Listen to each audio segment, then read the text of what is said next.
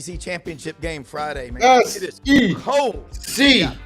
S S. Well, but the Aggies are not there. That's what they'd be doing, those cheers, but they're not there. Rob Brown and Brendan Martin with the Friday Roundtable. There's We a need lot some to cheers. cover today. Well, we need it. And I tell you, there's big news out of Texas. Really, it's the SEC commissioner, Sankey. How dare him? How dare you? You know who has not been invited to the big championship game in Atlanta? Bevo. Me, Bevo. That is disgraceful. I mean, Bevo uninvited. Hey, a lot to talk about today over in Atlanta, Mercedes-Benz Stadium. They'll play it out. Georgia, Texas, the rematch. And Frank Duffy, Doug Dean, Ken Capps will check in. Brad Bellamy from Landers Ford joins us around the top of the hour to talk about all the great stuff going on out there. Smash that subscribe button, folks, because here we come. Get pen and paper handy. Lots to talk about on this Friday. And I want to say hello to Jimmy McDavid, as Heimbach calls him, sitting in a deer stand out in Texas this morning. He just sent me a picture of a massive buck. Jimmy will probably let that one go to make more big bucks, as Doug Dean can refer to the great deer hunter that he is. Happy birthday, Audrey. It's Audrey's birthday today. And I'm going to tell you what, Happy Frank birthday, Audrey. Yeah, and Frank Duffy's got on that fleur-de-lis symbol. By the way, Brother Frank, the St. Louis Catholic Church where I go in Memphis, the original founding members in 1957 is called the Fleur-de-Lis Club, and they meet regularly. There are not as many of them as there used to be, but one thing I will say, when the school opened, Monsignor Clunan in 1957, tuition, $50 a year, or payable in 10 monthly installments of $5. Love it. My, how the times have changed. Yes, they have. All right, guys, we've heard the news, man. Bevo uninvited, so I'm just gonna let Doug start off on that because more uninvited. More PETA political action, right? I don't know. I mean, Ken Capps is so mad about it. I got a heat massage through the phone hearing him talk about it. But Doug, your thoughts on this championship game, man? It's a big one. Welcome to Friday's show. The SEC title game. Yeah. Well, it feels like they've got the right two teams in. Of course, it feels good. That and the reason that sounds stupid, kind of Captain Obvious, because in previous years it was non-controversial who would go there when you had two divisions, and there was the potential for weird things happening this year. Like you just as you see the debate between three quality SEC, very flawed, but quality SEC teams in Alabama, Ole Miss, South Carolina. Right now, I think most people would say if you go by the last 4 or 5 games, South Carolina is playing the best ball, maybe of any team in the nation. And most teams, ask Clemson, wouldn't want to face South Carolina. But right now, I'll be surprised if you don't have a Donnybrook over there in the Benz, because Texas is going to – they've had time, Sark and his defensive brain trust, they've had time to put some wrinkles in that maybe cause this to be a little different game. Still, you might as well call it a home game for Georgia. And what is it? Georgia favored slightly? That would be my guess. What are they? Are they a 4-point favorite? And it won't matter. And you have to wonder. Both teams are in the playoff, correct? They're playing for a bye among the 4 teams in the bye. And by the way, I'll beat everyone to the punch here. It is a blown and disastrous playoff design that the top 4 conference champions get the bye, the top 4 seeds. You get anomaly. That doesn't happen in basketball, does it? When you get the top 4 seeds, there's a little debate, but most people end up saying, yeah, I can't really complain about our 2 seed. And that's a different format in that tournament. But I think they're going to have to carefully study this, because right now, and it depends on who wins this weekend, but it should be Oregon, Georgia, or Texas, Notre Dame, and one more. So it's just one of those weird years, but I think there's a lot to fix and learn. And I might try to fix a few things before I expand to 16. What do you guys think? Yeah, Frank, I want your take on it. Love the jacket, by the way. Love that jacket. Fleur de lis. And what he just said, And about this flawed deal is Notre Dame is an independent, so they're never they going to be dodged this weekend. Tony Correct, Barnard yeah. can.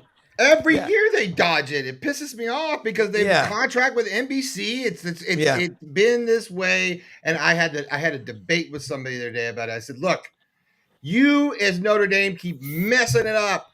Stop it. Join the conference. Stop it. You're screwing up the program, and it's not fair. You're cheating. You're right, Brendan. And look, Clemson might even sneak into being one of the top Bullshit. 4 seeds. I mean, that's it's not right. I think Notre Dame is absolutely, to Doug's point, is one of the top 4 seeds. And the fact that they don't have that conference association, and by the way, that is their fault. I mean, that is on them, has been on them for a long time. So it's kind of come back to bite them. But, I think that you're going to see this go to 16 teams more than likely within about 3 or 4 years. I think they'll amend the contract because it just makes more sense. It's a more even playing field. Let's seed them 1 through 16. More than likely, your 4 conference champions will wind up getting the 4 top spots. But look, let's go off the board. Let's make it a true tournament, a true 16. Right. Yeah. And here's the problem, and I'm SEC partisan because once Auburn starts playing big boy football again, my job will be to hope that it's a level playing field. And Frank would feel the same about LSU and no doubt. whoever, and Brendan, Florida. I don't care who you are, Alabama fans. Brad will be on later. But what should be able to happen any given year is that you can have 2 SEC teams or Big Ten.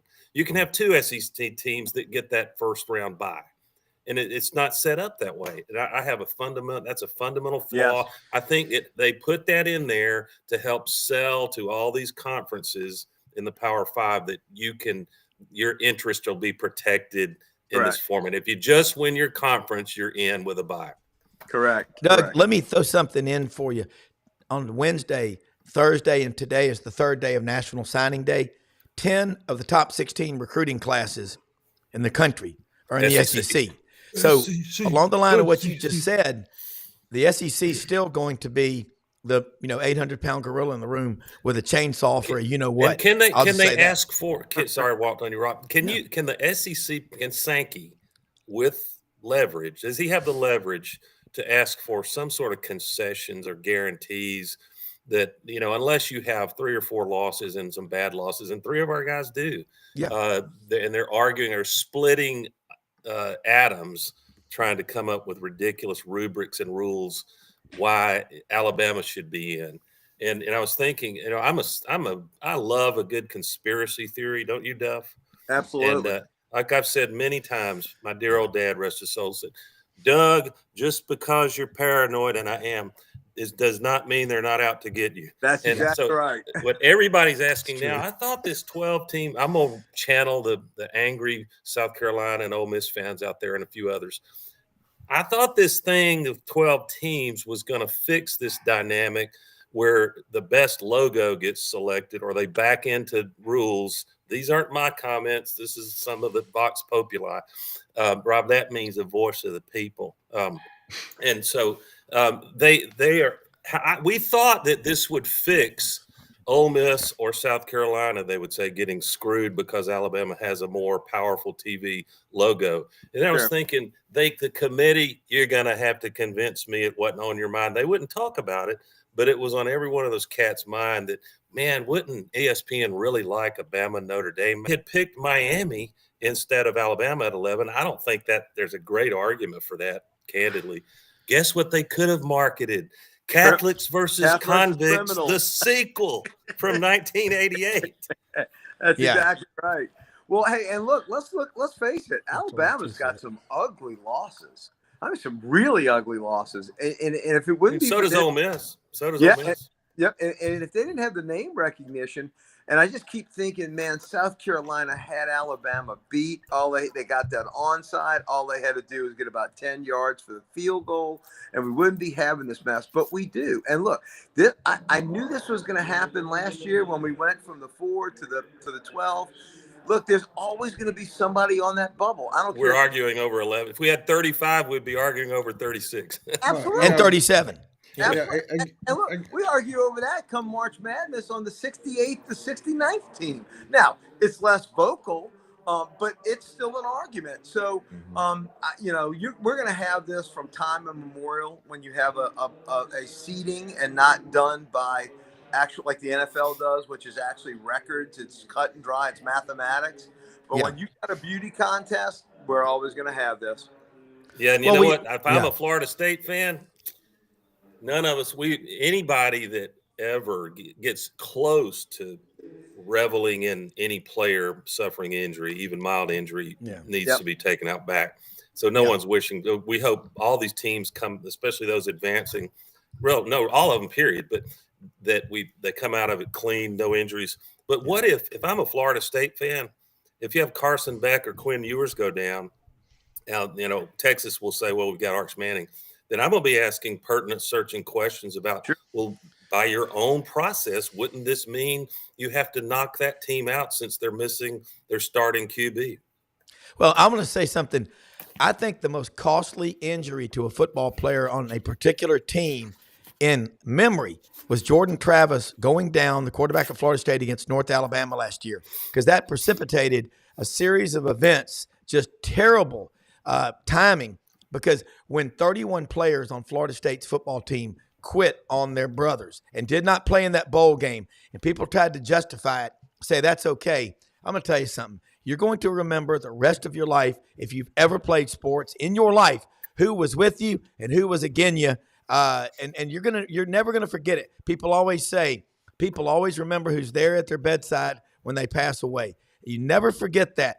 And that started Florida State down this spiral, in a death spiral. And I don't know. Now you got Gus Malzahn coming in. You might as well call Jack Kevorkian over to give you a bedside assistance. I mean, he'll bury that program. I'm sorry, but I don't hate Gus Malzahn, but he's hard-headed and he won't change. When we get Frank back, we're going to follow this. Doug, you're making a lot of great points as always. Notre Dame. Two, max. Yeah, a lot. But Vox Populi, the voice of the people. I love the Latin. And you think about Notre Dame and that contract with NBC in 1983 when it started? That is almost, to me, the best they can be is fifth. Tony Barnhart. Tony was going to be on this morning, and I asked him if he could reschedule for Monday because I'm going to want to get his thoughts on the 12 teams we picked. But, Doug, good call. We know there's 70 million, at least 70 million Catholics. Where I live, everybody's Catholic. A lot of fans. You talking about Notre Dame? Yeah. Yeah, and it's fashionable to, and I share Brendan's sentiment that sometimes Notre Dame gets, undue partisan treatment from the media. But we're talking in and around the question of the power of a brand. And let me be clear on this: I'm way past resenting the Crimson Tide for having a phenomenal brand. They, by God, went out and earned it on the field with championships. But we can still talk about should brand, and the fact that drives and I include Notre Dame in that. And what I love the logo, the imagery and logo of branding. I love marketing people. When you see that gold helmet, and you can hate the Irish all you want, but they are a international brand, and it's in part because of the dominant presence, not so much here in the South, but worldwide, of the Catholic imagery and tradition of Notre Dame. Now they need to do more to win big games, win championships, so that the brand is real. But the comedian Bill Engvall, who's great, I love him. There's your sign. Well, and Brad won't give any argument to this he's a smart football guy. In addition to selling vehicles in, where is that in Arkansas? LandersFordMemphis.com, number one Ford dealership in the Mid-South. I'm pimping him already. And so, but when you're good Bama friends who are high IQ football guys, not all of them, but I bet half of them were saying, you know what, we really don't deserve to be in the playoff. There's your sign, committee. And you could say, I would hope Ole Miss and South Carolina fans are at least bowing their head when they're making these great arguments why they should be in. And here's the difficult, or not difficult, but the interesting part. I would not. I'd be really careful betting against a team with Alabama's roster to make a deep run. If they play every game like they did Missouri and maybe a couple others, the Georgia A&M, game, Alabama's certainly got the guns to win the whole dadgum thing. They do. And at that point, and that's what happens some years, we whine and moan that Alabama or pick your team that has a great brand gets in, Ohio State. But if they go out and win it all, then you got to just shut your mouth. If the team that beat us here at LSU shows up, they could win it all. Well, what you just said, and one thing interesting, and I keep thinking the SEC's next team is going to be Notre Dame, because they're one of the few teams left in the contiguous footprint that is the SEC. And if you look at schools in the Southeastern Conference, typically the Baptists have the largest. It's the Catholics. I know at Auburn in Alabama, the second biggest Christian denomination on a campus is Catholics. Notre Dame, their reach is, good God. You talk about high IQ football fans. I'll never forget, in 1986, I went up to meet some friends I'd met in Ireland at the 86 Bama Notre Dame game at Legion Field. And that was the first time Alabama ever beat Notre Dame. And there were a ton of Notre Dame fans there. I sat with all the Douglas family from Memphis, all Golden Domers. And Doug, you're right. And the brand, and I talked to a lot of my Alabama friends who said, Brown, we'll take it. That's the thing. We'll take it, but we really don't deserve to be there. Frank? Yeah, and I got to tell Duff, man, it's, the phrase, it's too soon. You're still suffering emotionally. It's still too soon for me, Duff, to talk about 1988 Auburn at LSU. Because Auburn, damn you, Tommy Hudson, damn you, earthquake game. Because Auburn would have had my dream game at Auburn and Notre Dame. I guess it would have been Auburn-Notre Dame in that national championship game. Well, Notre Dame, like you said, is such a great brand, but there is a connection with Notre Dame in the South. I mean, LSU, we've had between 7 and 8 games with them, half of them home and home, over the years since I was in college, and then we probably played them 3 or 4 bowl games. And it's been a great rivalry. They do play when Notre Dame's on, they play a Southern brand of football.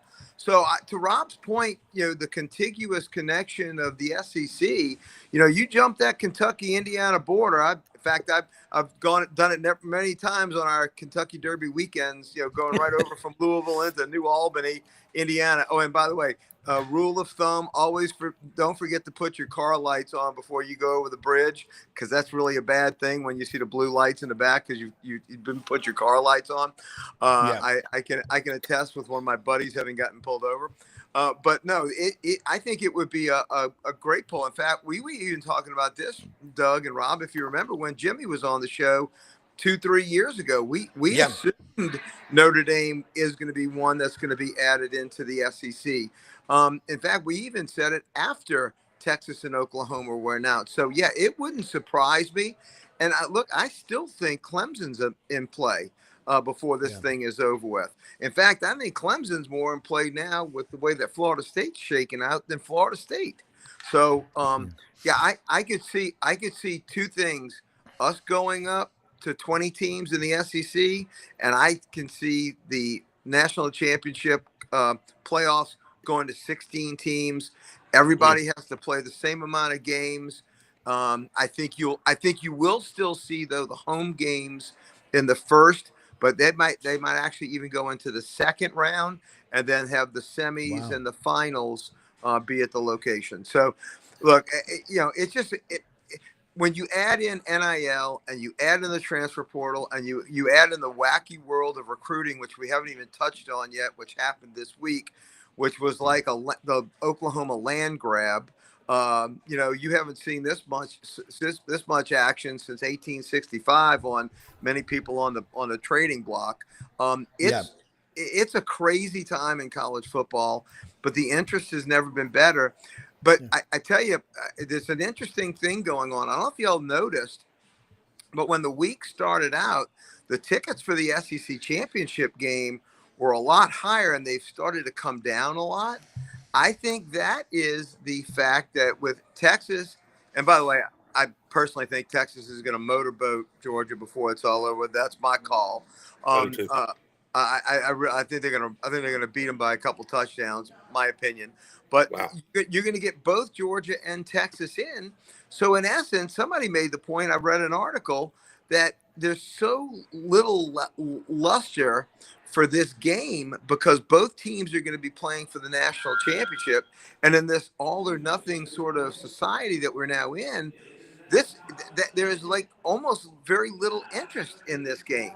I mean, you look at the tickets. I mean, they're going as low as I can remember. I think the lowest that I've seen them going this low, because I looked at selling mine and I decided to keep them, was back when Tennessee and Mississippi State played, or some of the less popular games. And I'm shocked, especially with the marquee of Texas in their first year in the SEC, coming in and being able to say, "I told you so." And look, Georgia being in their backyard, this neutral game, it's shocking how low these prices are.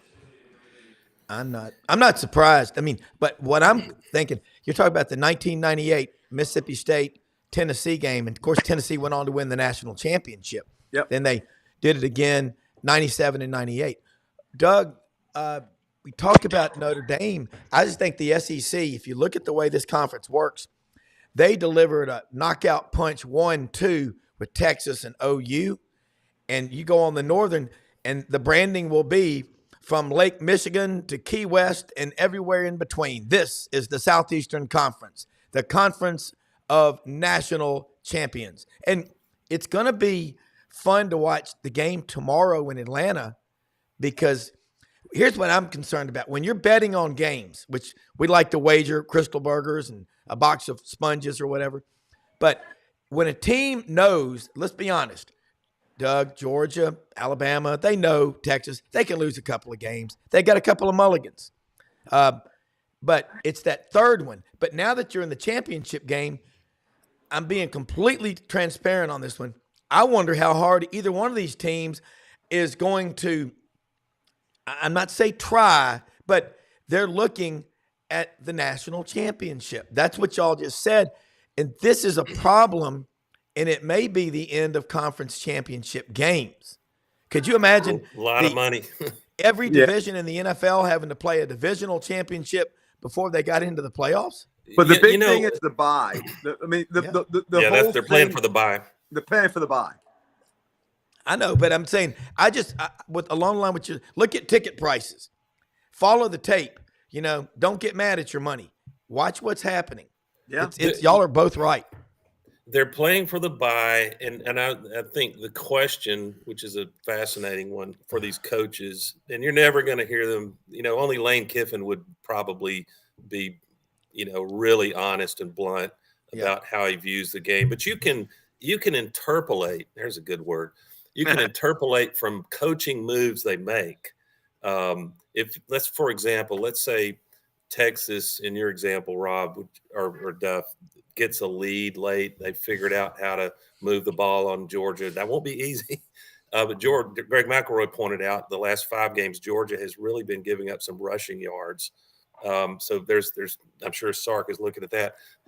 If they get a 10-point lead in the early fourth quarter, it won't shock me if Sarkisian's move is carefully, but his truly elite playmakers, you might see them getting fewer snaps, because his worst case is Georgia comes back and wins a close one. And I ask anybody, with this 12-team playoff, does it really mean what it used to say that we are the SEC champions? I think it's really been diluted. And you can put that SEC championship, poster or banner up if you want, and maybe there's some branding value in it. I think the only reason that game matters now is you're playing to get the bye. And if that's Texas, look at we're moaning and groaning about some of the problems with the selection, but these are some compelling games. I will give them that. Doug, can I tell you the difference between claiming an SEC championship and a national championship? The LSU Fighting Tigers won the SEC championship in 2011. And because we had to go play Alabama a second time, which, by the way, You talk about paranoia and conspiracy. Yeah, well, he's right. Doug, I'll come throw back, something. Frank. Come back, Frank. But I want to throw something at you, Doug. It's a lot like basketball. Okay, Ken's coming in with us now, but it's a lot like basketball. You know, you win the regular season. Okay, that's great. But then everybody focuses on the automatic bid from winning the conference tournament championship. Yeah, we're going the same way in football. Yeah, I agree. Let me make a tweak to, if I heard you right, Rob. I saw Ken. We lost Ken. Duff and Ken, get back in here. Bevo got him. So I think there's a little bit of a parallel between the SEC basketball tournament, which has been in Nashville several years now, and how we generally feel about the SEC championship game now.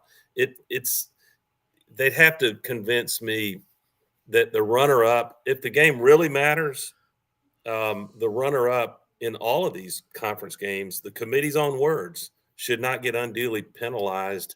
But if I'm SMU, I'm looking at, man, I got to win this game against Clemson. That's your shot. Don't put it back in the committee's hands. I'm going to give you credit again. You're right. The SMU, they're 11-1, but if they lose, you know, I don't think they're going to get the benefit of the doubt. And I think there's a lot of recency bias about what they did. Look, SMU was just ahead of everybody, and it was more public. And look at last year. Auburn wins in dominant fashion, except for the Florida game, the SEC basketball tournament, and got no goodwill out of that. It's as if the games were never even played with the seed. Auburn gets sent out to Seattle. And, you know, you got to go win the games. But I just think if we're going to sacrifice our team's well-being, risk injury, and not get a proportionate reward for it, then the schools, the 16 SEC schools, should stand up and say, what are we getting out of this committee? Yeah, I agree. Ken Capps in the Bevo hut. Wow. Ken, I'm going to let you say what you want about Bevo. He looks really confident, doesn't he, guys? Well, he looks really confident. Man, let me get my chair. I tell you what, my phone has been blowing up since I got this news yesterday, and I couldn't even sleep last night. I just can't believe this news about what's happening with the SEC. Let's get Bevo in the background now. Let's give him his respect. We've lost him. We've lost him in the camera shot, but there we go. Bevo. There we go. We got half a horn, 1.5 horns. Let's talk about this decision. My God! It's all those latte drinking people in Atlanta, Ken, that they don't want a big Bevo. Oh my gosh! Well, let me just tell you. All I can say is when this decision came down yesterday about not allowing Bevo, the mascot for the University of Texas, to attend the game in Atlanta tomorrow. I'll be there tomorrow. I'm flying out tomorrow morning out of the Metroplex, out of Love Field, and I hope I get to see you out there, Frank. At some point, but my phone, like I said, my phone just started blowing up, and I was like, well, what the heck can be going on with that? And of course, I'm very, very good friends with the Silver Spurs, that are the young men that do such a fantastic job of taking care of Bevo. Of 365 days a year, not just on game days, and I just couldn't believe what could be the reason for that. And so then, Frank, I'm sorry I can't hear you. Let me finish what I'm going to say, and then I want to hear what you have to say. 'Cause you always have such good insight. So anyway, the Austin American Statesman and my good friend Kirk Bowles and his crew down there, Football Writers Association of America, got a hold of the SEC office. And so I wanted to read to you just so, you know, and I play it down the middle, guys. I may be a University of Texas graduate, But with football writers, you know, I cut it right down the middle, and I would be very disappointed in this decision if it was the Sooner Schooner not being allowed to be at the game tomorrow with Boomer and Sooner, the two horses. Because this is really disappointing that this tradition is not going to be. Ken? What was their so basis? Anyway, here's what the SEC office said, and I'm going to read it. Our staff looked at several alternatives, including the sideline location. There is really limited sideline space at the stadium. We can't jeopardize the safety of Bevo or the game participants. With the narrow sidelines, location of multiple sets for television and camera carts, there is just not enough space. Now, I totally understand that. I get that. Now, but here's what I don't understand. If they're talking about just the sidelines, Bevo is never on the sidelines. Okay, like behind the benches sidelines. He is always in the end zones. Okay. And for some reason, the Rose Bowl, which is also very cramped, has always found a place to find Bevo. The Sugar Bowl last year found a place to find Bevo in the end zone. Jerry World finds a place to find to put Bevo in the end zone. The Cotton Bowl, which of course was built in the 1930s and has very limited space, always finds a place to not only put Bevo but also the Sooner Schooner. Yeah. So I'm just a little surprised that when the SEC found out that Texas was going to be coming to this game, that they didn't think about, Bevo's going to be coming. That I'm sure Texas will want to bring Bevo. We got to find a place to put him. Yeah. Well, the SEC did go on and say, well, we did find a few places we could put him at the SEC fan zone prior to the game. Well, here's the thing with that. That is not the game.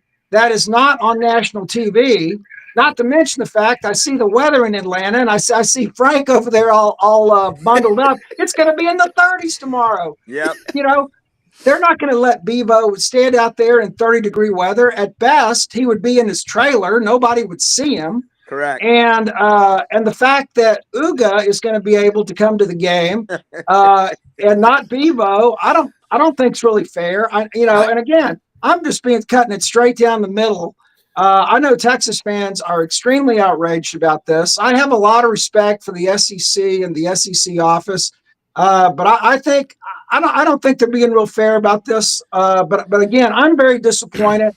I'm very disappointed more than anything because on this show, we talk about it. I've been on this show 3 years now, and we talk about it all the time, how this show honors and respects and loves the traditions of college football. Yeah. And for when the SEC invited Texas to come to the SEC, invited Oklahoma to come to the SEC, you're getting a ton of traditions that are coming to the SEC. You're getting the Sooner Schooner, you're getting Bevo, you're getting all those great things. And to not have Bevo in this game for the very first time Texas is going to play in the SEC championship is extremely disappointing. And I'm disappointed for the fans that are going to be there.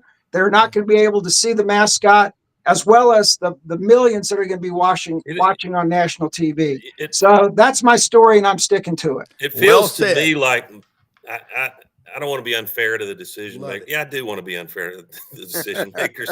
It feels like milquetoast, some ridiculous public safety reason, even though to my knowledge, Bevo has never trampled a fan in the history of Longhorn football.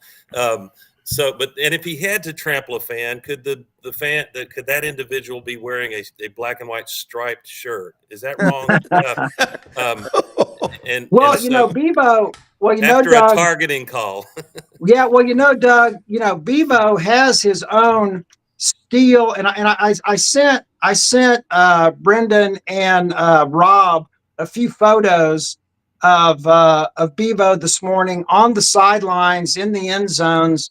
Both, and he stays in the end zone at DKR Texas Memorial Stadium. He's got his own little habitat and he's got a steel cage. His footprint is not really that big at all, and he has a steel cage that protects him from the fans and from people on the that are hanging around on the sidelines and in the end zone, and protects the fans from him and him from the fans. And you know what people always love to talk about, though, is going back all the way to 2019 when you know, which was a huge misconception as well, when supposedly he and Uga mixed it up in the Sugar Bowl there when Texas beat Georgia in the Sugar Bowl, and you know, somebody had the not wise idea to walk Uga over to Bebo, and you know, again, ESPN really blew that out of proportion. What really was the story on that is, you know, Bebo had been in the stadium already 6 hours before the game and was really bored, and then the guys that handle Uga decided to walk him over, and you know, 2,000 pounds of steer versus about 50 pounds of dog.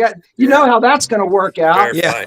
You know, I'm not sure it's a rallying cry. For some reason, Newt Rockney, All-American, the movie, popped back in my memory. Ronald Reagan lying there in bed, and hey, listen, Coach, someday when the boys are up against it and the brakes are beating them, tell them to just win one more for the Gipper. And so is Bevo going to be the rallying cry for the Longhorns? Surely you got more.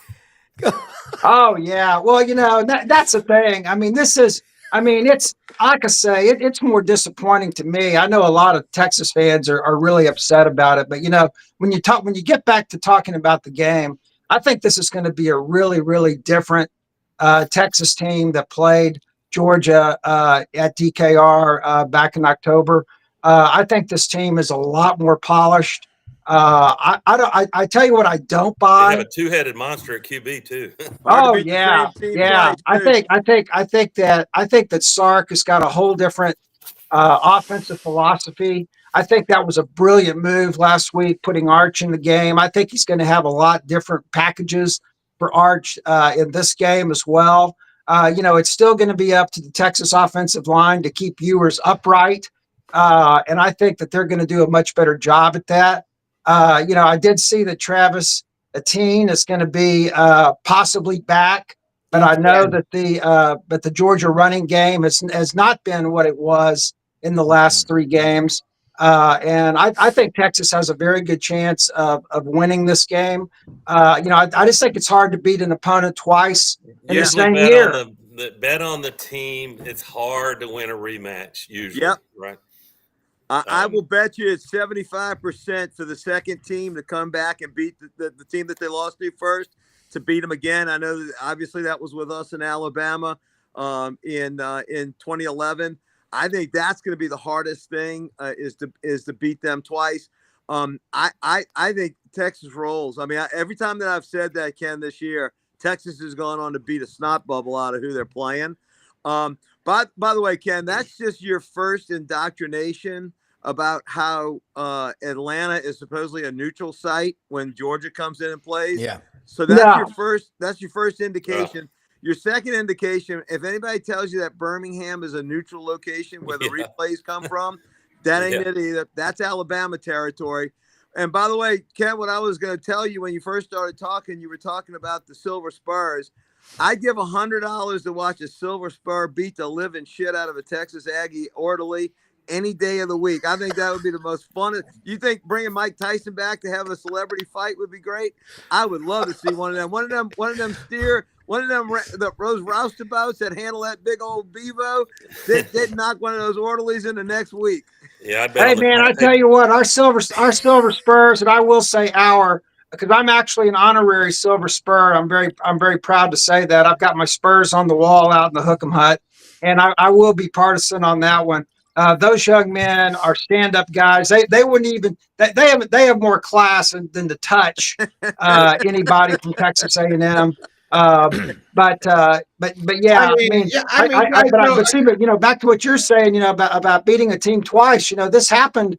The Texas and Oklahoma were in the same situation several years ago in the Big 12. You know, where Texas beat Oklahoma in the regular season. Then the two met in the Big 12 championship, and Oklahoma turned around and beat Texas in the Big 12 championship. But that's Big 12 time. We're talking SEC championship. Am I wrong? And I love you, Kim, but am I wrong if I just thought Georgia just kicked the shit out of Texas because it's SEC tradition, and I want Texas to be like, yeah, we did great, but by the way, welcome to the SEC. Ain't gonna happen. I just want it to happen because it's right and it's good in my blood and DNA. Georgia's loaded. Georgia, and I know. Hey, Georgia. I tell you what, if Quinn going to give you some SEC, Ken, he's going to be like, you weren't ready for this. We got, Travis. Well, I mean, really, hey, you know what? Let me tell you something. Georgia's got every. Hey, fired up now. Hey, Brendan, let your guests talk here. Let your guests talk here. Georgia's got everything in the world going for it. They've got the home field advantage. They've been there multiple times. Kirby has got everything going for his team. The only and I don't buy this BS that I've heard all week. That I think lost already, hasn't he? That they're already. That Georgia's so tired from having to play 8 overtimes. That's ridiculous. These are 19, 20-year-old kids. They'll be up to play Texas. I think what's really cool, though, that Texas chose as the home team to play in their icy whites, which is they call it their stormtrooper uniforms. Yeah. And so they chose to play in the icy whites, which is their road uniforms, rather than their home orange uniforms. Those are some badass looking uniforms. And, I think Texas has a great shot to win this game, but Georgia has every other shot to win this game too. And Quinn Ewers can't come out and be throwing pick sixes and getting stripped from behind like he did last week at A&M, because Georgia can win this game outright. You're 100% right, Brendan. Let me say, go ahead, Rob. Well, I just want to say, in the words of LA motorist Rodney King, can't we all get along in the SEC No, we can't. Not this week. Why would we, Rob? I don't want to get along. We don't have to get along. Well, that's the best part about it. We hate to love each other. No, we're having to run each other. That is the SEC. Yeah. Guys, Georgia took 8 overtimes to beat Tech at home. Texas boat raced Texas A&M in a game that they would have cut their right arm to win.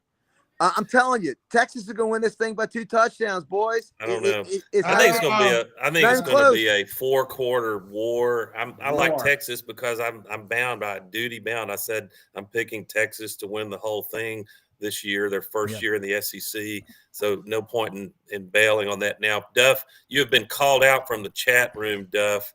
Okay. And this is hilarious. It says the only live mascot that should be banned from games is that fake Mike the Tiger LSU trotted out. Hey, as bad as Bama whipped our ass, I agree with you. They need to send him back to Joe Safari, in Florida. Florida hasn't had a Gator on the side. I was saying Brendan's our producer, and Brendan's talented at what I'm about to say, and he can comment.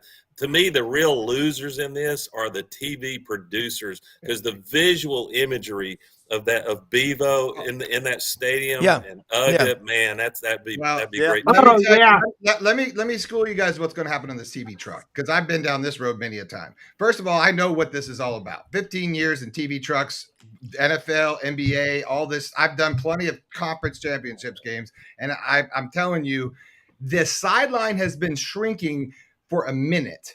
And that started when they started doing these 3D virtual IMAX cameras, a la Florida, Oklahoma. Wow, fascinating.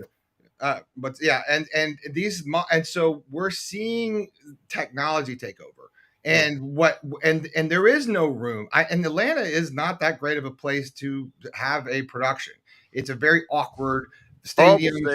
Yeah, very awkward to get all your stuff in, and it's a conference center, so you've got like lots going on in a sense of like people loading and unloading. There's just a lot going on there. So getting a live animal in and out is a tough deal. But I know for a fact, I know a lot of my friends working on the production, and there's just no room for cameras. Even if you get a sideline credential, you're lined up on a bank with like 100 other guys or gals with cameras, and you can't even pan left or right or step forward, or you're in 10 shots. So it has been a shrinking sideline for a while. And this, I promise you, came from all of the TV people in the sense of like, we got to have a TV cart on either side. When you got TV carts rolling down the sidelines, you've got 4 or 5 guys all the way around it. You got security people, and that thing's going up and down. And those are some of their best shots. That camera is the most important camera to a producer. So I think we're just seeing this is a sign of the times. That's fascinating. Yeah. Hey, Ken, who do you think is going to be the 4th team that joins Texas, Georgia, and Tennessee in the playoff? Who do you think is going to be out of Alabama, Ole Miss, and South Carolina? Oh man! Well, I said on Monday, and Coach kind of got mad at me. I said my spoiler team was South Carolina, but I don't think they're going to make it. I think it's going to be Alabama. It's going to be Alabama. But telegraph that. But what Rob said is absolutely right. I've got a bunch of my friends here in the Metroplex who are leaving today for the SMU Clemson game, and the guy from the CFP even said himself, if SMU doesn't win this game tomorrow, which I'll be watching tomorrow night from my nice Atlanta hotel room right after the Texas game, if SMU doesn't win tomorrow, and they're probably going to be out of the playoffs, and that's going to be a real travesty after the year that they've had. That's going to be a real travesty. So, once again, this CFP has done great things, but it's just going to be like March Madness. There's going to be somebody that's going to be extremely pissed off and mad because they've had a sensational year. They're going to be 11-1, then 11-2, and they're going to be out, and a 3-loss team is going to be in there. Well, if that's the case, then Alabama's in. If you're saying if SMU loses, because the only way Alabama gets knocked out is if Clemson wins. Right. If you're saying if SMU loses, they're definitely done. Well, then Alabama's in either way. Right. Yeah, well, but even the CFP, guys. But even the guy with the CFP said that on the CFP shows. Reese Davis asked him that point blank. Is there a possibility that if SMU loses, are they out? And he said, yes. Wow. Yeah, and that will be not good for college football, but it'll create controversy. Let me say something about one of our sponsors here, Winter Timber Outdoors, located in Athens, Alabama. They're expanding throughout the Southeastern Conference footprint. They just broke ground 2 weeks ago on a new store. Actually, golly, I think that's 3 weeks ago in Auburn on Opelika Highway out by the mall. They've got the Rete Masimara GPS BOGO buy one, get one free. All your shooting sports, deer hunting. And Ken, our mutual friend, Jimmy McDavid, is out in the deer. I guess he's out in the deer stand right now because he sent me a picture, and I wish I could show it to Doug, who's a fellow deer hunter, bow hunter, big buck. Jimmy McDavid's got some unbelievable hunting property in Texas.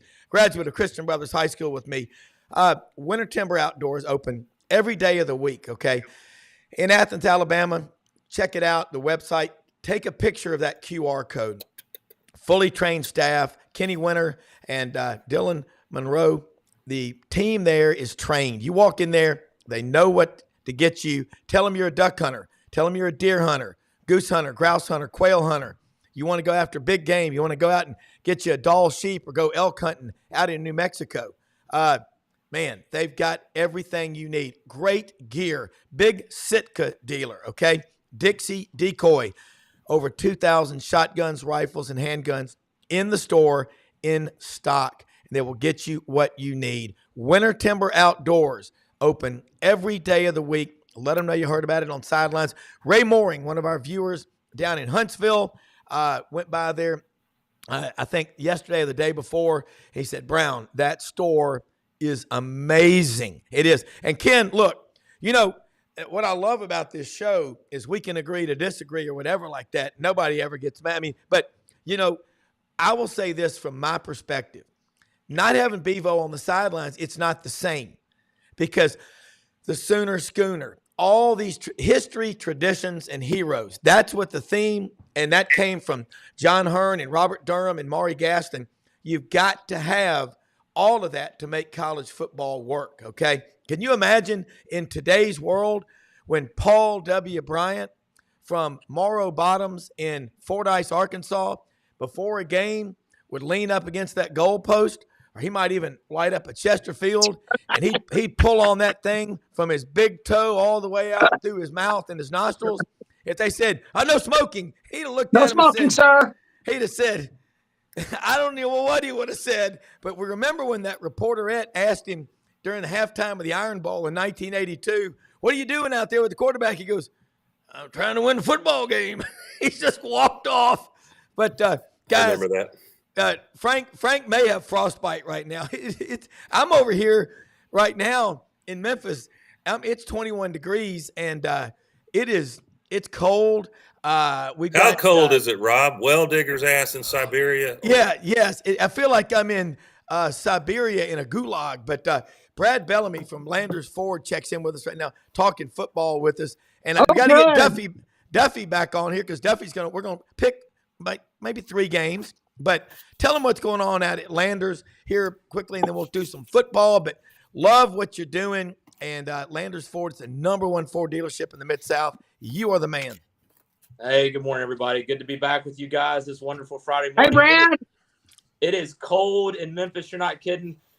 This morning, I had a friend in Lakeland did pick up and delivery for it, so I had to have that vehicle sitting outside of the driveway. And, man, it's a lot different experience. But the good news is that expedition, I was able to remote start it, got out of the shower. It was nice and warm when I got inside. So nice. But that's one of the wonderful things we offer here is pick up and delivery. So any of our customers that need to get maintenance done or recalls or warranty work or whatever they need, we'll pick up the car at their house or work, bring it in, service it, bring it back to them, and just love being able to take care of our guests that way. It might be cold outside, Rob, but our deals are hot here at Landers Ford this month. Trying to close out the year strong. A lot of commercial customers that are trying to get that nice Super Duty for their business and take advantage of those tax and savings at the end of the year. Got great deals on F-150. Edge is a vehicle line that's going away here. And one of the things we got right now, we got $10,000 off Edge to close out to that model. So really trying to make sure we get people taken care of and close out 2024 with a bang. Absolutely. Frank, anyone care to make a wager? Let's get the dice rolling. Frank, it's cold. Frank, tell them where you are in Atlanta. So Rhonda's got an art show. I came down to help Rhonda with an art show that she got invited to last minute last night. And it's here to church. And I'm telling you, it's like 24 degrees out here right now. And I kept getting the eye noodle every time I'd raise my voice talking about SEC football. So I had to come outside. Hey, let me tell you, my bet, Brad, I love Texas. I think they're going to roll them. I think the way they played against Texas A&M, they control that game from start to finish. And I honestly believe it is going to be one of the toughest things that a team can do is to beat a team a second time. I think Georgia's got their work cut out for them. That's my best bet tomorrow. Well, we've done an excellent job of picking games this year. So my bet is to go Georgia. And I think the 2 most overrated teams in the country are Penn State and Texas. So, okay. So we'll see what happens. But I've already got mine in. I got Oregon to roll on Penn State. I got Georgia to beat Texas for the second time this year. I agree it's tough, but if Etienne comes back, I think that's a big advantage for Georgia. And it's also hard to beat a team that you can't beat. And, Georgia went into Texas. Obviously, Texas has some emotion after getting beat at home. But, man, it's just weird for me to think about Texas winning that game. And wrong, but here's the other guarantee. Frank, if you do what you did a few minutes ago with your phone, I'm going to vomit all over the place. So we can keep that video working. Hey, Brad. Brendan got green too, man. I don't know what's going on there. Hey, guys, can I tell Brad something? Yeah. Hey, Brad, I just want to let you know that Bevo's trailer is pulled by a Ford truck. That's awesome. I'm glad.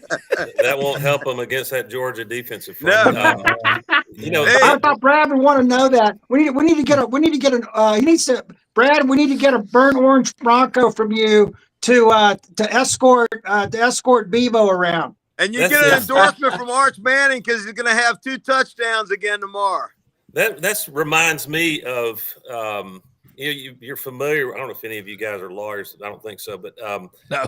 the conflicts of interest. After Auburn worked their rear ends off trying to flip Naeem Offord, the consensus 5-star from Ohio State, he goes to Oregon, and I want to just ask Phil Knight, Mr. Nike. Is that how you treat your new customers? Auburn just moved from Under Armour to Nike. I think that's right. Next year, of course, I'm being tongue in cheek, but all is fair in love and recruiting. But that on a later show, Rob, we must talk about the insanity. Is there a pathway out of the insanity of $20 million purchases of athletes? I got that. I'm on the high side, but last year Ohio State's $20 million payroll. Yeah. LSU's been on the wrong end of getting a quarterback flip by Michigan. Auburn was with a 5-star D lineman. Is it the NFL salary cap, or is it Major League Baseball's what they call the competitive balance tax that they subsidize the welfare baseball teams? Well, just pray Larry Ellison's wife don't like one of your recruits. Yeah. Anyway, I got off of picking games, Rob. I think if I look at Texas, Georgia, I can't wait to watch that game, assuming both teams are ultra motivated to win it. I know that sounds stupid to say, and of course they want to win to get the bye. But that to me is different from the old days of this. The lust was after being able to call yourself the SEC champion. Both of these teams think they can win the whole shebang, and they both have the firepower to do it. The reason I lean ever so slightly to Texas is I just have that much respect for what Sarkisian can do when he's had time. He's seen what Georgia did to cause him problems, and he gets a redo. And I can't say that I have the same respect for what Mike Bobo brings to the table in terms of offensive strategy and in-game moves, although Bobo has won some games. And then I just wonder, Pat Dye like to say you can only get up emotionally for so many games. I don't think that Georgia's tired from that 8 overtime game. You know, if they played 3 days later, they would. But these are stud athletes. And correct. But I do think their confidence is shaky. It might be. But listen, no one in their right mind would be shocked if Georgia wins. They're playing in the bins, and the teams are that evenly matched. I just don't think it's going to look anything like what Georgia did in Austin a while back. Correct. Well, you know, you're looking at this game, and let me say real quick, happy birthday to my wife Audrey again, and also to all of y'all that helped her on her project for doing Christmas for the kids at the clinic here in Parkin, Arkansas, where she works, and incredibly generous friends and people like Maury Gaston and you, Frank, and good God, so many people. Coach Johnson, Michael Lamb from Greenville, Alabama, one of my fraternity brothers, has a ministry in Birmingham. Neil Johnson, Joel Johnson, Kim Johnson. If I left anybody out, I apologize. I talked to Coach Ellis Johnson last night. I'm going to tell you what, that guy's awesome. Maury is working with him and his daughter. She's about to graduate on finding, job, career opportunities. This show has the most unbelievable connected group of people on the planet, and I absolutely love it. Brad, I'm going to tell you something. I drive an F-150, and I've got I'm about to hit 240,000 miles on it. I love that truck, and it drives like a car on the road, and off-road, I don't get stuck. Now, there was that time when I rolled off the rice levee duck hunting into the mud, but I was able to get myself out of it, and I've got 2 toe straps in there. But I'll say something about Landers. Ken Ritchie, Don Kitchens, everybody there. I hear more people come up to me unsolicited. I just want to tell you this about, say, stuff that they do in the community, in the Mid-South and all over, about Landers. And a good friend of all of ours that I've known a long time, Neil Johnson, wanted me to tell you this. Kenny Myers is out there now. You are attracting the best people that have ever been in the car, truck, SUV business in the Mid-South. And that ain't by accident. You're also the presenting sponsor of the Touchdown Club. I just see the way y'all interact with people, what you do in the area. Folks, you're going to buy a vehicle. Cost is only an issue in the absence of any added value. And Landers is the best place to go. Start with Brad. He'll hook you up with the salesman, but it'll be the best decision you ever made. And they're right down the street from another one of our sponsors, Hewlett and Dunn Boot and Clothing Company on the historic square in Collierville. I was out there yesterday, picked up Audrey's birthday present. Wow, they've got this Barber jacket. Every woman in the world needs to wear this, and especially when they look like Audrey or Melania Trump. It's a great jacket. They've got STS, duck heads, Raven. If you've got your wife, your girlfriend, you want to send her out there, tell her what your wife's, measurements are or whatever. She'll fit her and do it right. Duck heads, all the clothing, Filson luggage, over 7,000 pairs of boots. They got everything covered. They're open every day of the week right now, including Sundays, noon until 5. Hewlett and Dunn Boot and Clothing Company. Right there, lots of great restaurants to go to on the square. And the bottom line, when you go there, you're going to feel at home. And if John Wayne, Clint Eastwood, Ronald Reagan were shopping, this is where they would be. And as Brad mentioned, they are invested in the community. As all of our sponsors, the relationships that we have, we're blessed beyond belief to have the best sponsors and the best audience. So let's get it going here. I love this chemistry, the synergy on this Friday morning round table. And Me too. Love it. And look, Ken, you know Brendan, and he, that was a cool perspective he gave on the TV about the sidelines, what's going on and all like that. And it's something that, you get down on TV, on the sidelines, it gets crazy. But free Bevo, bring Bevo in, do it. Well, I tell you what, it's maybe this is what the SEC is worried about. I'll never forget when Texas won the Rose Bowl against USC, and Bevo was, of course, he was in the end zone of the Rose Bowl. And after that game, the Silver Spurs walked Bevo right down the center of the Rose Bowl field and walked him the length of the Rose Bowl 100 yards after the national championship game. And of course, all the Texas fans that were left in the Rose Bowl were just going absolutely nuts.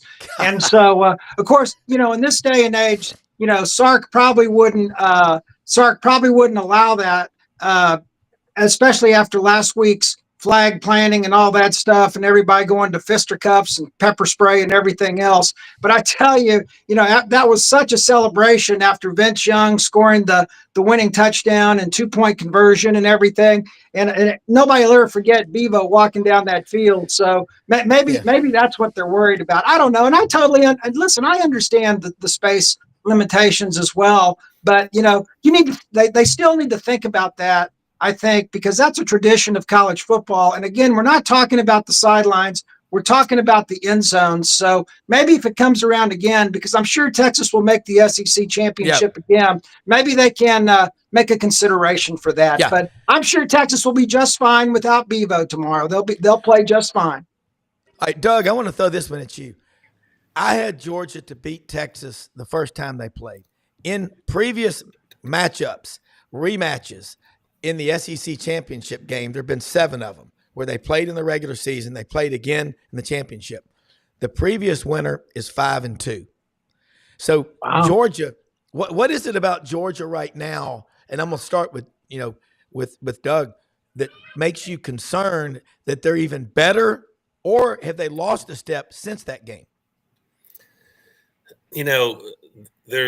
I guess I'm suffering from recency bias, and Georgia was flawed in that. I know they probably looked a little bit past Georgia Tech, which is dangerous. By the way, Georgia Tech is quietly recruiting like they haven't in a long time. Yeah. I'm not talking about top 5 class, but they don't have to do that. So I just wonder if Georgia has flaws that, given a second chance and all this time to correct some things. And I think Texas is going to have to get in the mid to high 20s. That sound about right to you guys? And maybe more, maybe higher. 2 to 3 Carson Beck picks. My assumption is that there will be a not more than a 60-65% Georgia fan by that'd be about right. I don't know that, but it's not going to be 90% Georgia like it could with some teams. I don't know. Again, I just think it's not so much that Georgia has regressed, or has flaws or big injuries. And I don't disagree with Brad's analysis. I'm just saying I respect Sarkisian that much offensively, especially now that he's got a second weapon, Arch Manning, running the ball. It's going to cause Georgia some headaches, I think. And you get a game, with 8 minutes left in the game, I think it's anybody's to win. I just think Sarkisian will dial up one more play than Mike Bobo typically does. Brad. And Ken, don't worry about the MVS of the Georgia Dome. Georgia thinks they got a home field advantage. We went in there and beat their ass 3 times in the SEC championship games. Well, it's a weird 1/3 of the crowd. Alabama's done the same thing. I mean, I think if there's one thing that we can learn from this college football season, it's that we should not use recency bias, because we've all used it this year and it's all kicked our butts. Yeah, I mean, I'm a slow learner, Brad. how great Alabama is after they destroy LSU and then they get beat by Oklahoma. How good Texas A&M is and they go out to South Carolina and get absolutely destroyed. You're not wrong. Kentucky beats Ole Miss and they can't beat anybody the rest of the season. I mean, it's one of those deals where I think this year, if anything, we have all been guilty of using what just happened to predict what was going to happen. And let me give you another thing that really concerned me after the A&M game is how lousy Texas special teams have been this year. Texas special teams rank 120th. Here you've got a defense that's number 1 or 2 in the country. You've got an offense that's in the top 10. I think they're number 13 or 14 right now. But special teams, get a punt block last week. Brett Auburn, who used to be pretty much automatic, has missed a field goal in every game in the last 3 or 4 games. And especially last week, missed one that would have put the game out of reach, would have made it, 20-7. So I'm really concerned about Texas special teams too. That the punting has been awful. To get that punt block last week, if Texas A&M got that ball on the Texas 13-yard line after that punt block, and remember, couldn't punch it in on 4th and 1. I was standing in the end zone watching that 4th and 1 play, and I could not believe that they decided to run it up the middle again against that Texas defensive line and get stopped. If Aggie score that touchdown, it's 17-14, guys, and it's a whole different ball game. So correct. I think that if I was Georgia, I'd be looking all day long at Texas special teams, because I think that's the real weak spot for Texas right now. If you can do this, if you tell Sark, I know you got his cell phone speed dial. Change your field goal kick. It is the wrong year to have Auburn on the back of your jersey. Yeah. He's such a great kid, too. I got the top game last at the Sugar Bowl, and you see that guy's hair? He's got this great Samson hairdo going, and he's the nicest kid on earth. And I don't know what's going on with him this year. You know how kickers can be funky, but he's the nicest kid on earth. And who knows? Now that we've said this about him, he's going to kick the game-winning field goal on tomorrow. You just wait. Is he the same kick that kicked against Alabama last year that lost that game? I think so. Yeah. And 22. Same kicker from last year? Yeah, he's been there. 22. Kicker? Yeah, 22, 23, 24. Yeah. So big games have not been proven. The thing if on the Texas side that I would be concerned about is they're not putting up points in games where they need to put up points. The Arkansas game, they didn't put up any. They could have maybe scored again at the end of that game and didn't decide to score, but they could have. Yep. But they have not put up a lot of points in games that were against the premier teams. They didn't put up any points against Georgia the first time around till late in the game. They only put up 17 against Texas A&M when some other teams have been able to go in there and play against them and put up points. That would be a concern for me if I'm on the Texas side of this is, are we going to be able to get past 20 points? Because I think that this game could be one of those like we've seen with Auburn this year or even Georgia. Turnovers could produce points that we don't expect. That Oklahoma LSU game last week, I expected to be a low-scoring game. But then they had that special teams play that got a touchdown. Yep. They had the pick six. Yep. They had a long play. I mean, so like those things contribute to points that I wasn't expecting. The second half was exactly the game I expected. I think the same thing. I mean, but Georgia's been the same way. The Tennessee-Georgia game, they scored late, but for a while, they weren't able to put points on the board. They couldn't put any points on the board in the first half of the Alabama game.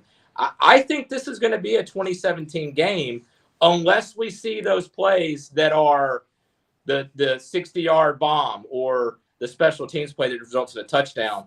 But I think it's a 2017, 21-18 type. I think it's going to be low scoring unless we see those big plays. Guys, I'd be remiss if I didn't put, and I find this hilarious. Part of the two of the games this weekend, if they go as I think they may, SMU and Arizona State, will have as a subplot nearly fired Gus Malzahn leaving UCF in time to not get fired, and now he's the offensive coordinator for Norvell at the school that broke his heart in the championship game in Pasadena, which I sat. And Gus Malzahn was the only human being in that arena that didn't see a fake punt coming in the first half. But the storyline for two games could be the Gus Malzahn coaching tree with Kenny Dillingham, who's had an unbelievable year at ASU, and of course Rhett Lashley, his sidekick at SMU. And I think SMU is going to win a close one against Clemson. Yeah, you know what, Doug? That's a great point about Rhett and Butt and Gus. Go ahead, Brad. Well, just the subplot thing is you have Oregon that could win the championship in the Big Ten first year. Arizona State could win the championship in the Big 12 first year. SMU, ACC first year. Texas first year. Army first year. I mean, talk about the craziness of the college football landscape and how immediate impact by some of these schools that necessarily weren't expected to be there. No doubt. Yeah. Good point. Let me throw this one at y'all. I'm picking Georgia to win 27-17, and I'll tell you why. Because if you look at that team, their defensive line, and Georgia has a bunch of full-grown men, as they say down south. I look for them to absolutely come out with their hair on fire, and they've had few dominant performances this year. The Texas game in parts where they dominated, and the second half against Tennessee, and the fourth quarter especially against Alabama. But they hadn't played a full 60 like with the number 2 or 3 most talented roster in the country is expected to do. But I'm going to pick Georgia to win. I'm not saying we're going to get Larry Munson. We just stepped on their face with a hobnail boot, broke their nose. But I do think they win. But in Ken, I will say this about Texas. Sarkisian is one of the best coaches in America. Would everybody on this panel agree? Steve Sarkisian is one of the best offensive minds. Also, yes. Total coaches. He absorbed a lot from Nick Saban. Now, somebody want to take a gander at this one. How much do he and Kirby know about each other? I'm not sure how many years they interacted together on the staff at Alabama. Good point. One thing about both of them is they always improvise, adapt, and overcome. Frank Duffy, before you get frostbite, I need you to move your mouth so you don't get cold. Respond to that. Frank looks miserable. God dang, it's cold out here. I thought you wanted to be first in line at SEC Fanfare today. I thought that's where you were. Hey, I'll go as long as Alabama ain't in the damn place. That's what I draw the line. Hey, no, Brown, my contract here says hoodie type coverings are not allowed on the show.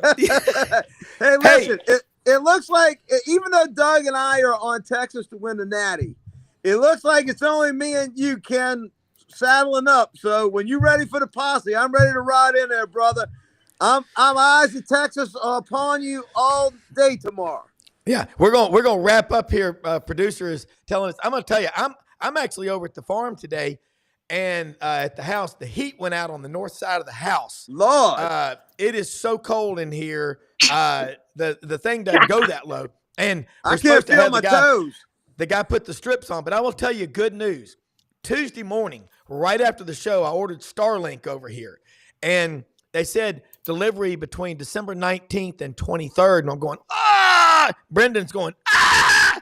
But it looks like it's on the truck, possibly out for delivery. So it could be coming today. But when we get Starlink, guys, it's going to be incredible. I want to say thank you to all of y'all for this. Has been fun today. Hey, it makes us think. And Ken, Frank, if you're going to be there, I'll send you Ken's number. You need to meet this guy. I got Ken's number. Ken's one of the coolest. I'll try and hook up ones. with you, Ken. Are you going to be hobnobbing with him up in the press box? I'll be down there with the rabble. But with the rabble, that's right. Hey, Rob, can I tell you where the Texas band is stopping on the way to Atlanta? Yeah. They're stopping at Buc-ee's. Buc-ee's. Absolutely. That's a good omen. And by the way, I went in there and looked at those sweaters the other day. They're unreal. Hey, most often we see the face of Christ in the least among us. Thank you to everybody out there. We have the kindest audience helping other people. The stronger you are, the stronger you can help other people, man. We will see you Monday. Have a great weekend, everybody. South Carolina for number 12. South Carolina. Go Tide.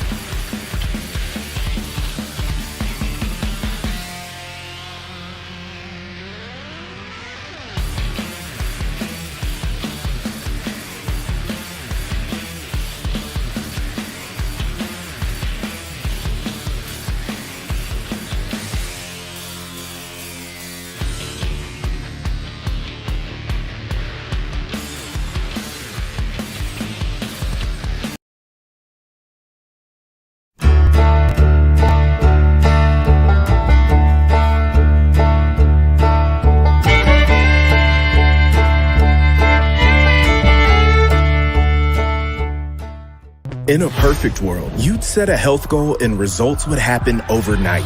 In this world, the real world, it takes time, dedication, and the right support to achieve your best self. The Vitamin Shop's health enthusiasts are here to make sure you're not wasting a single moment on the wrong supplements. From the highest quality sports nutrition and superfoods to the most sought after trends, you'll find a huge variety of science-backed solutions for every goal. And the people to help guide you along the path to greatness. Unbelievably, every 2 minutes in our communities, a child is either bought or sold for sex. I am Ari Dickey, board member for the Nashville Anti-Human Trafficking Coalition. Join me and millions of others in our fight against human trafficking and for its victims by helping to educate the most vulnerable among us, our middle and high school students. Go to nhtcoalition.org, become a partner, and help keep our families safe, because none of God's children are for sale.